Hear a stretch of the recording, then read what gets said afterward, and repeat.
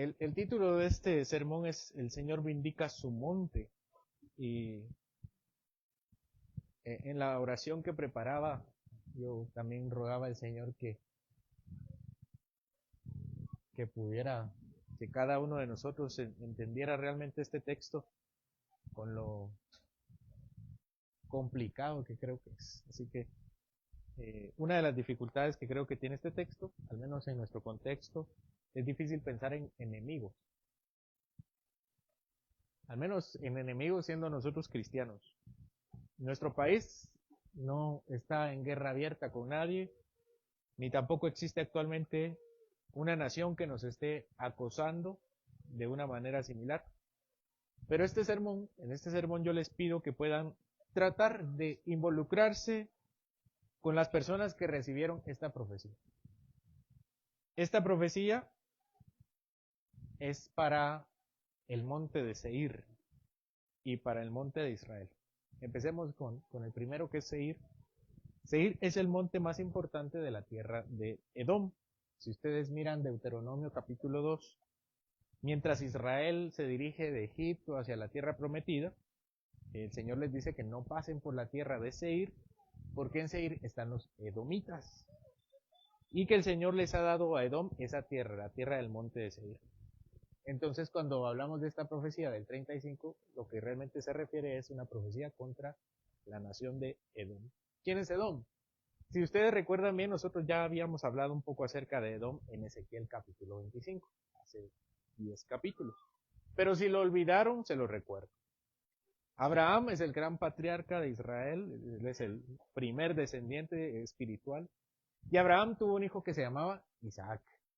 E Isaac tuvo gemelos que eran Esaú, el primero, y Jacob, el segundo. El gemelo pequeño, se recuerdan, ¿verdad? Tuvo algún tipo de contiendas contra el gemelo grande, que era Edom, que tenía la primogenitura. Y Jacob terminó siendo padre de Israel y Esaú terminó siendo padre de la nación de Edom. Por cierto, Edom significa rojo. Esto es importante que lo tengan en mente. De alguna manera podemos decir que Israel y Edom son pueblos hermanos o primos o algo por el estilo, ya que vienen de ancestros que son hermanos. Y la forma en que se plantea la profecía es bien interesante, porque Dios no habla tanto a las naciones, sino que el Señor se dirige a los montes de estas naciones. Y así empieza el capítulo. Leamos estos versículos versículos del 1 al 4. Vino mi palabra de Jehová diciendo, hijo de hombre, pon tu rostro hacia el monte de Seir y profetiza contra él y dile, así ha dicho Jehová el Señor, he aquí yo estoy contra ti, oh monte de Seir, y extenderé mi mano contra ti, y te convertiré en desierto y en soledad, a tus ciudades asolaré, y serás asolado, y tú serás asolado, y sabrás que yo soy Jehová. La profecía exactamente donde se encuentra es en el capítulo 25, versículos del 12 al 14. Eran solamente 3 capítulos en los cuales ya meditamos una vez. Y también era una profecía negativa. De hecho, el título que le pone Reina Valera es Profecía contra Edom. El Señor está contra Edom. El Señor dice que extenderá su mano, es decir, golpeará a Edom. Extender la mano no es así, extender la mano es así. El Señor le dará un golpe a Edom y su tierra la dejará como un desierto, como si nadie hubiera habitado nunca allí. Pero, ¿en qué se parece y en qué se diferencia a la profecía del capítulo 25? ¿Y por qué es necesaria una nueva profecía sobre Edom? Respondamos estas preguntas de uno en uno, ¿no? Vamos a seguir leyendo versículos del 1 al 9, de 5 al 9. Por cuanto tuviste enemistad perpetua y entregaste a los hijos de Israel al poder de la espada en el tiempo de su aflicción, en el tiempo extremadamente malo. Por tanto, vivo yo, dice Jehová el Señor, que a sangre te destinaré y te perseguirá, y porque la sangre no aborreciste, sangre te perseguirá, y te convertiré te convertiré al monte de Seir, y convertiré al monte de Seir en desierto y en soledad, y cortaré de él al que vaya y al que venga, y llenaré sus montes de muertos, en tus collados, en tus valles y en todos tus arroyos. Caerán muertos a espada, yo te pondré en asolamiento perpetuo, tus ciudades nunca más se restaurarán, y sabréis que yo soy Jehová. Hay similitudes en el capítulo 25 y el capítulo 35. Podemos decir primeramente que es un resumen, ¿no? El 25 es un resumen de esta profecía. El 25 de hecho solo da la razón principal por la cual el Señor castigará a Edom. Y también dice que el Señor destruirá a Edom. Solo eso dice el capítulo 25. Mencionamos entonces, y esto ya lo hemos revisado y lo hemos dicho bastante, ¿verdad? Que cuando Babilonia ataca a Jerusalén, y por cierto eso acaba de pasar hace unos meses, ataca a Jerusalén, los edomitas, cuando estaban viendo que destruían Jerusalén, gritaban, destruidla, destruidla hasta sus cimientos. Lo miraban desde lejos y gritaban, eso está en el Salmo 137:7. Mientras algunos judíos intentaban escapar de la masacre, venían los edomitas y los agarraban, y si no los mataban, los entregaban a los babilonios para que no se fueran. Asimismo, los edomitas, cuando empezó a terminar la masacre y cuando Babilonia se estaba retirando, Edom trata de encontrar la tierra, dice que se trata de apropiar de las dos partes, es decir, de la parte de Israel que está en el norte y de la parte del sur que está en Judá. Y se trata de apropiar y ocupar esa parte de la tierra.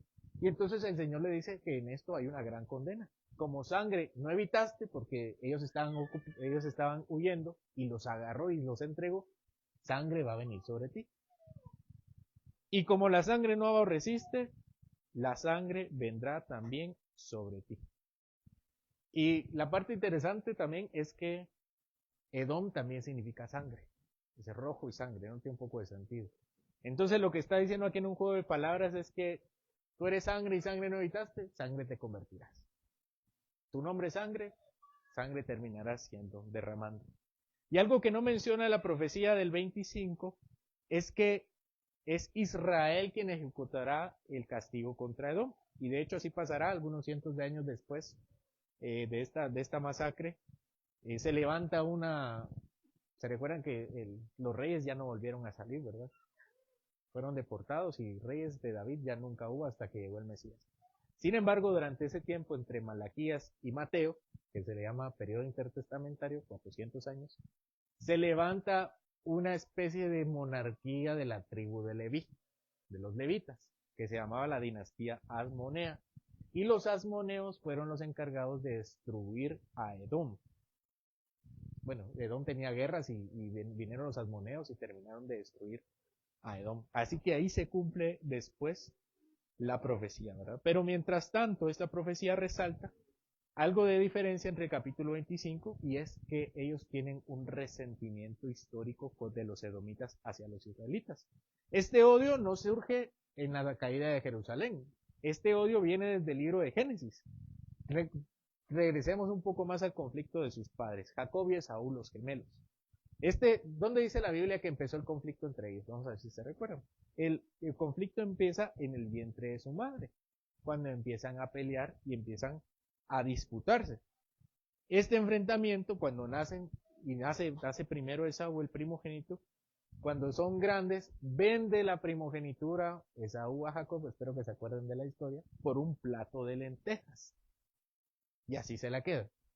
Algún tiempo después, Isaac, el padre de ambos, se va a morir y él dice que ya no tiene mucho en su vista y entonces van a pedir la bendición de Isaac. Entonces Jacob, que era un poco lampiño, así como yo, se pone un poco por consejo de su madre, por cierto, creo que no son de los mejores ejemplos de padres, pero por consejo de su madre se pone algo de pelo de animal y va delante de su padre y cuando el padre le dice, Isaac le dice, ven para acá, Esaú, llega Jacob y Jacob le dice, aquí estoy padre, y Isaac le dice, bueno, estaré ciego, pero no estoy sordo, y le pide que se acerque porque le suena a Jacob, no le suena a Isaac, y entonces lo toca y dice, no, sí estás peludo como Esaú, y lo bendice. Posteriormente llega Esaú y Isaac le dice, yo más bendiciones ya no tengo. Porque la bendición era algo más que ponerle las manos encima. La bendición era, aquí están mis títulos de propiedad, aquí están los ganados, aquí están los terrenos y todo aquello por lo cual ellos se pelearon alguna vez. Así que Esaú jura vengarse de Jacob y Jacob sale huyendo. Y se va con su tío Labán, y ahí es donde conoce a su esposa Raquel y otras esposas, ¿verdad? Ustedes se conocen la historia. Y regresa, pero tiene miedo. Y tiene miedo porque Esaú había jurado matarlo. Entonces, cuando regresa y lo mira, ¿qué creen que pasó? Lo abrazó. Esaú lo perdonó. Pero este perdón no significó que sus descendientes también se perdonaran. Aunque Esaú perdonó a Jacob personalmente y entrañablemente porque lo abrazó y vio a sus hijos y también los amó, los israelitas y los edomitas siguieron teniendo problemas, tuvieron conflictos nacionales, pero no eran los israelitas, eran los edomitas que crecieron con un sentimiento, un resentimiento y un conflicto que escalaron a cierto nivel. Por eso el Señor resalta el odio continuo de Edom hacia Israel. No fue una animosidad pasajera, como decir, pasó en Jerusalén y se exaltaron también, no. No era un conflicto aislado, sino era un odio perpetuo que se mantenía a lo largo de los siglos. Cuando Israel experimentó el desastre bajo los babilonios, Edom no solo se quedó de brazos cruzados, como diciendo, bueno, no voy a pelear, no hizo eso, sino que se involucró activamente, pero al contrario, entregando a los fugitivos a las armas de los babilonios, mostrándose como su enemigo despiadado. Esta acción maliciosa dice acá que ocurrió en los tiempos de calamidad, cuando Israel ya estaba vulnerable y el pecado de Edom fue particularmente grave por la traición en ese momento de debilidad, cuando más lo necesitaban sus hermanos, más los despreciaron. Así como ellos persiguieron a Israel para entregarlos a muerte, dice el Señor también los perseguirá a ellos para entregarlos a espada. Edom, que significa rojo, ahora y sangre, ahora se convertirá en sangre. Sangre eres y en sangre te convertiré. Y dejaré tus muertos en tus montes, en tus valles y en tus arroyos. Hasta hoy es así. Y si ustedes visitan la tierra de Edom, no van a encontrar nada. Versículos 10 al 15. Por cuanto dijiste, las dos naciones y las dos tierras serán mías, y tomaré posesión de ellas, estando allí Jehová. Por tanto vivo yo, dice Jehová el Señor, y yo haré conforme a tu ira, y conforme a tu celo con que procediste a causa de tus enemistades con ellos, y seré conocido en ellos cuando te juzgue, y sabrás que yo Jehová he oído con todas tus injurias que proferiste contra los montes de Israel, diciendo, destruidos son, nos han sido dados para que los devoremos. Os engrandecisteis contra mí con vuestra boca y multiplicasteis contra mí vuestras palabras. Yo lo oí. Así ha dicho Jehová el Señor. Para que toda la tierra se regocije, yo te haré una desolación. Como te alegraste sobre la heredad de la casa de Israel porque fue asolada, así haré a ti. Asolado será el monte de Seir y todo Edom, todo él, y sabrán que yo soy Jehová. Entonces, la pregunta es ¿por qué el Señor habla a los montes? Y vean que el asunto de Edom no se trataba de la nación de Edom, sino que se trataba de la heredad de Edom. Por eso el versículo 10 dice, tú dijiste, le dice el Señor, tú dijiste, las dos naciones y las dos tierras serán mías. ¿Qué dos naciones? Judá e Israel. ¿Qué dos tierras? La tierra del norte y la tierra del sur. Y yo me apropiaré de ellas. El versículo señala cómo los edomitas pensaron que debido a la caída de Israel, el territorio de Israel sería una herencia para ellos. Y es que en la mente de ellos, la herencia de Canaán, esa tierra que fluía leche y miel, eran para los edomitas. Recuérdense quiénes recibieron la promesa de ser parte del pueblo de Dios. ¿Se recuerdan? Abraham tuvo dos hijos. El primero, Ismael, y el segundo, Isaac. Y a los dos circuncidaron y el Señor dijo, ambos son míos. Isaac tuvo dos hijos, Jacob y Esaú. Y él los circuncidó y dijo el Señor, yo soy Dios de ambos. Entonces, cuando Isaac dio la bendición a Israel en lugar de a Edom, o mejor dicho, a Jacob en lugar de a Esaú, ellos pensaron que todo lo que Jacob heredaría le pertenecía por derecho a él. Y por eso ahora que los están destruyendo, ellos están muy alegres, porque esa tierra de leche y miel era de ellos. Se supone que era de ellos. Porque Jacob, su ancestro, se los había robado. Es probable que en la mente de los edomitas estuviera que las tierras de Israel eran originalmente de Esaú. Es que Jacob, recordemos, roba la herencia de Esaú, quien era el primogénito. Y Jacob se queda con todas las posesiones, se queda con todo el dinero, se queda con todas las tierras, con todas las pertenencias. Y es que Isaac no era pobre tampoco.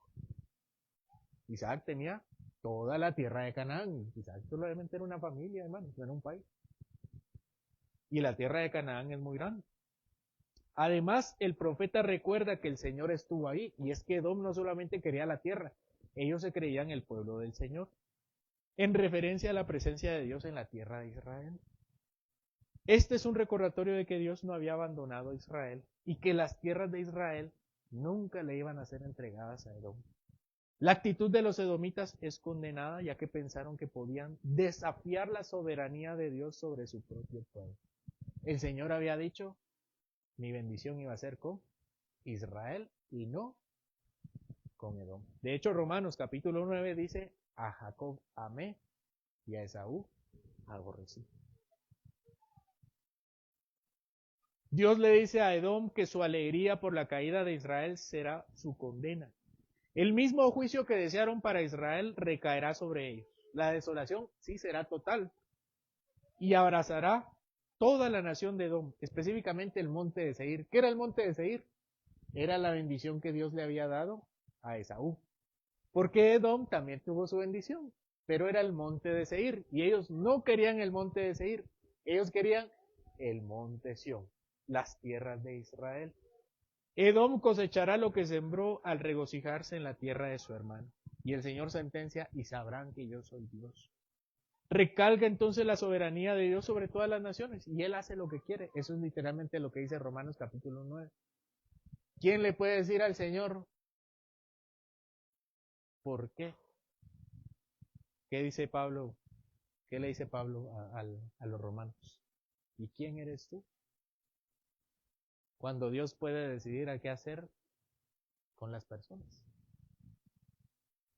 Dios cierra con una reiteración de su juicio. Edom será reducido a nada porque se regocijó del sufrimiento de Israel. Al final de cuentas, hermanos, no se trataba tanto de la tierra, sino de la actitud que tuvo, porque Edom no se contentó con lo que tenía, sino que quería más y quería más y quería la bendición de Jacob. Pasamos al capítulo 36, versículo 1 al 3. Tú, hijo de hombre, profetiza a los montes de Israel y di: montes de Israel, oíd palabra de Jehová. Así ha dicho Jehová el Señor: por cuanto el enemigo dijo de vosotros: ea, también las alturas eternas nos han sido dadas por heredad. Profetiza, por tanto, y di: así ha dicho Jehová el Señor: por cuanto os asolaron y os tragaron de todas partes, para que fuisteis heredad de las otras naciones, y se os ha hecho caer en boca de habladores y ser oprobio de los pueblos. Entonces vemos que los edomitas no solamente querían la tierra de Canaán, sino querían las bendiciones del cielo. Dice ella: las alturas eternas nos han sido dadas por heredad. Y como los edomitas hicieron esto con Israel, el Señor los iba a bendecir. Sus enemigos dijeron: también las alturas eternas nos han sido dadas por heredad. Los edomitas reconocen que lo único que Jacob robó a Esaú no solo fue una tierra física, sino su herencia celestial. Ahora los edomitas dicen que las tierras celestiales son suyas. O más bien, ahora ya dejaron de ser del usurpador. Y la única heredad que merecían es la vergüenza de las naciones. Versículo 4 al 7. Por tanto, montes de Israel, oíd palabra de Jehová. Así ha dicho Jehová el Señor a los montes y a los collados, a los arroyos y a los valles, a las ruinas y asolamientos y a las ciudades desamparadas, que fueron puestas por botín y escarnio de las otras naciones alrededor. Por eso, así ha dicho Jehová el Señor: he hablado, por cierto, en el fuego de mi celo contra las demás naciones y contra todo Edom, que se disputaron mi tierra por heredad con alegría, de todo corazón y en enconamiento de ánimo, para que sus expulsados fuesen presa suya. Por tanto, profetiza sobre la tierra de Israel y di a los montes y a los collados, y a los arroyos y a los valles. Así ha dicho Jehová el Señor: he aquí mi celo y en mi furor he hablado, por cuanto habéis llevado el oprobio de las naciones, por lo cual así ha dicho Jehová el Señor. Yo he alzado mi mano, he jurado que las naciones que están a vuestro alrededor han de llevar su afrenta. Estas naciones, no solamente Edom, sino las demás naciones, han profanado la tierra de Israel al tratarla como un botín, pero Dios deja en claro cuáles son las consecuencias de su comportamiento. Él les recuerda que la tierra no les pertenece, sino que está consagrada a Él y que al haber actuado con desprecio contra Israel, estas naciones han cometido una grave ofensa. La injusticia de haber despojado y profanado la tierra será corregida por Dios, quien devolverá la tierra no tanto a Israel, sino al propósito por la cual fue dada a Israel. Mientras que las naciones han sido testigos de la desolación de Israel y se han regocijado en su caída, ahora serán testigos de su propia desolación y verán cómo la tierra será restaurada. Versículo 8 al 15. Mas vosotros, oh montes de Israel, daréis vuestras ramas y llevaréis vuestro fruto para mi pueblo Israel, porque cerca están para venir. Porque aquí yo estoy por vosotros y a vosotros me volveré, y seréis labrados y sembrados, y haré multiplicar sobre vosotros hombres a toda la casa de Israel, toda ella, y las ciudades serán habitadas y edificadas las ruinas. Multiplicaré sobre vosotros hombres y ganado, y serán multiplicados y crecerán. Y os haré morar como solíais antiguamente, y os haré mayor bien que a vuestros principios, y sabréis que yo soy Jehová. Y haré andar hombres sobre vosotros, a mi pueblo Israel. Y tomarán posesión de ti, y les serás por heredad. Nunca más les matarás los hijos. Así ha dicho Jehová el Señor, por cuanto dicen de vosotros, comedora de hombres y matadora de los hijos de tu nación has sido. Por tanto, no devorarás más hombres y nunca más matarás a los hijos de tu nación, dice Jehová el Señor. Y nunca más te haré oír injuria de naciones, ni más llevarás de nuestros pueblos, ni harás más morir a los hijos de tu nación, dice Jehová el Señor. Así que el Señor se dirige directamente a la tierra de Israel, pero representada por los montes, los arroyos, y dice que los bendecirá y habrán ramas. Esto simboliza prosperidad, abundancia, que volverá a la tierra de Israel. En un contexto donde la tierra estaba completamente desolada por el castigo divino, Dios promete que la misma tierra dará fruto, lo que representa un cambio radical en el propósito de la tierra. La expresión dice, están cerca para venir, y es que solamente serán algunos años que estarán en el exilio y regresarán. Dios reafirma su propósito con la tierra y dice, yo estoy por vosotros. Él está allí en la tierra. El uso de los labrados y los sembrados muestra que el trabajo agrícola se realizará nuevamente. La multiplicación de los hombres también. La prosperidad y el regreso de Israel a la tierra. Las ruinas, incluso las ruinas serán levantadas, y eso pues nosotros ya lo vimos cuando estudiamos Nehemías. Dios reconoce que las acusaciones de las naciones enemigas han sido completamente en vano porque el Señor nunca ha abandonado a su pueblo.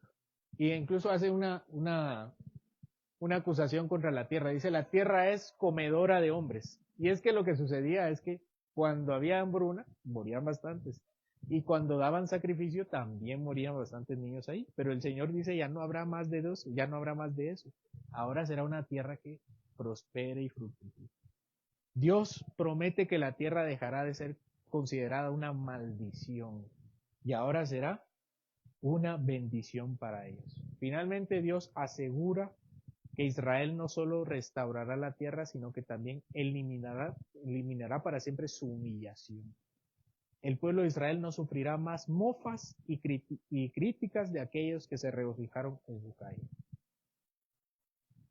Ese fue el texto.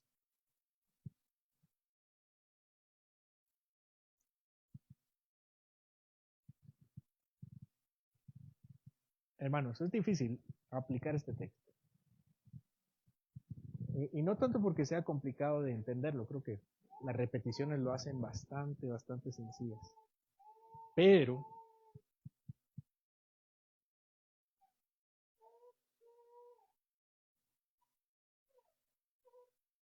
la enseñanza principal es que Dios da prosperidad a su pueblo. Esa es la gran enseñanza. Es difícil predicar de esto porque no estamos acostumbrados a prédicas sobre la prosperidad, pero hoy toca una prédica acerca de lo próspero que son los hijos de Dios.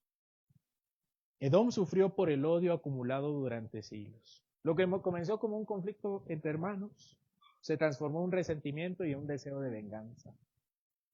Este odio llevó a Edom a comportarse con cruel indiferencia hacia el sufrimiento de su hermano Israel, incluso entregándolos como fugitivos a Babilonia. Hoy el resentimiento, esa es la primera enseñanza probablemente, el resentimiento sigue destruyendo corazones.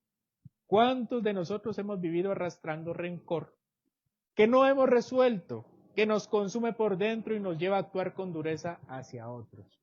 Dice A.W. Tozer que nunca ha encontrado un cristiano victorioso que guarde rencor en su corazón. El rencor no tiene cabida en un cristiano que sea victorioso. Puede que estemos entregando nuestros corazones al resentimiento, permitirlo, sin resolverlo. Este es el momento para examinar, primeramente, ¿qué conflictos no hemos resuelto? ¿Qué rencor arrastramos que nos alejan de la paz de Cristo? En contraste con el juicio de Edom, Dios en su misericordia promete devolverles la tierra a Israel, devolverles la paz y restaurar a su pueblo su favor. Es fácil pensar cuando hemos caído que debemos hacer algo para ganarnos de nuevo el favor de Dios. Pero esta promesa de restauración es completamente gratuita y proviene solo de su bondad. Hermanos, Edom ya tenía una tierra y no estaba contento con ella. Y por eso en su resentimiento habían actuado de la forma que actuaron. Y el Señor no es que haya cerrado las puertas de la heredad y de la bendición a Edom, es que ellos mismos se cerraron las puertas a esa bendición, en tanto que Él protegería de la vida de su pueblo. En nuestras vidas a menudo creemos que nuestros pecados, transgresiones, errores y fracasos son demasiado grandes para que Dios los perdone. Pero al ver cómo Israel en su fracaso espiritual es igualmente próspera, que no es en nuestra justicia que se nos restaura, es en la gracia de Dios. Cristo es el cumplimiento de esa promesa de restauración. Él no solo vino para perdonar, vino para restaurar todas las cosas. ¿Estás dispuesto a recibir su gracia y permitir que Él restaure lo que ha quebrado tu vida? Y es que a partir del capítulo anterior, todas las promesas para Israel serán eso, el tema principal, restauración. Si se dieron cuenta en el libro de Ezequiel, del capítulo 1 al capítulo 25, el Señor trató la idolatría de los corazones de su pueblo. Y del 25 al 33 trató al orgullo de los pueblos alrededor. Y de ahora en adelante el tema principal será la restauración. Así que hermanos, si durante 25 sermones no trataron con su idolatría, muy difícilmente podremos aplicar estos siguientes 13 capítulos de restauración. Así que hermanos, hoy empezamos una temporada de sermones acerca de la restauración. En su sacrificio, muerte y resurrección, Cristo nos ha ganado la victoria sobre el pecado. A través del Evangelio, Cristo no solamente nos libera del pecado, sino también nos ofrece reconciliación con Dios. Y es que uno de los problemas principales de Israel no solamente era su tierra, sino sus enemigos. Y por eso el Señor empieza a vencer a los enemigos de Israel para regresarlos a su tierra. A través de la obra de Cristo, despoja a los principados y potestades, como dice Colosenses 2:15, y establece su reino de paz en los corazones de los creyentes. Esto no significa que la victoria de Cristo sobre nuestros enemigos se aplique directamente en sus vidas, sino que también a través de nuestras vidas podemos ver cómo el Señor trata con nosotros con delicadeza. En el juicio final, Cristo también vencerá a todos nuestros enemigos de manera definitiva. La venida de Cristo será acompañada con un juicio, cuando Él juzgue a todos los hombres y a las fuerzas del mal. A aquellos que rechazan el Evangelio y persisten en su rebeldía, Cristo los juzgará con justicia. Los enemigos del pueblo, aquellos que han causado sufrimiento y dolor, serán derrotados de manera irreversible y total. El juicio de Dios es parte integral de la victoria final de Cristo. Para terminar, hermanos, si bien vivimos en un mundo lleno de oposición y enemigos, Cristo ya ha vencido. La pregunta es si ustedes ya han abrazado esa victoria. No basta con creer que Cristo ha derrotado a los enemigos en la cruz. La pregunta es si ustedes se han apropiado de la victoria del Señor. Si siguen luchando con sus propios medios, confiando en sus fuerzas o en las promesas vacías de este mundo, se están perdiendo de la paz y la prosperidad que solo Cristo puede dar. Pero si ustedes se apropian de la victoria de Cristo, ustedes serán más que vencedores. El juicio de Cristo será para todos. Y si hoy no te has rendido completamente a Él, si no has recibido el Evangelio como la única esperanza para tu vida, te encuentras en un camino de derrota que Él quiere cambiar. Ven hoy a Cristo, quien vence a nuestros enemigos con su Evangelio de gracia y nos asegura una victoria en su justo juicio. No dejes que el resentimiento, orgullo o el pecado siga gobernando tu vida. Entrégate a Él y verás cómo a través de su cruz, tu victoria sobre todo el mal y todo el enemigo será cumplida. Amén. Oremos, hermanos. Dios eterno y fiel, te damos gracias porque nos has hablado por medio de tu palabra. Reconocemos que es viva y eficaz, más cortante que toda espada de dos filos, que discierne los pensamientos y las intenciones del corazón. Te suplicamos que lo que hemos oído no quede estéril en nosotros, sino como tú prometiste prosperidad para Israel, nuestras vidas sean prosperadas. Queremos ser cristianos victoriosos. No dejes que el resentimiento se apodere de nuestros corazones, ni mucho menos que podamos pelear contra ti. Ayúdanos, Señor, a ser objetos de tu misericordia, al abandonarnos por completo a ti. Confirma en nuestro corazón todo lo que es conforme a tu verdad. Corrige en nosotros todo lo que aún necesita ser purificado. Haz que no olvidemos tu palabra al terminar, sino que caminemos en obediencia humilde y confiada, fortalecidos por tu gracia, porque en ti somos más que vencedores. En Cristo Jesús. Amén.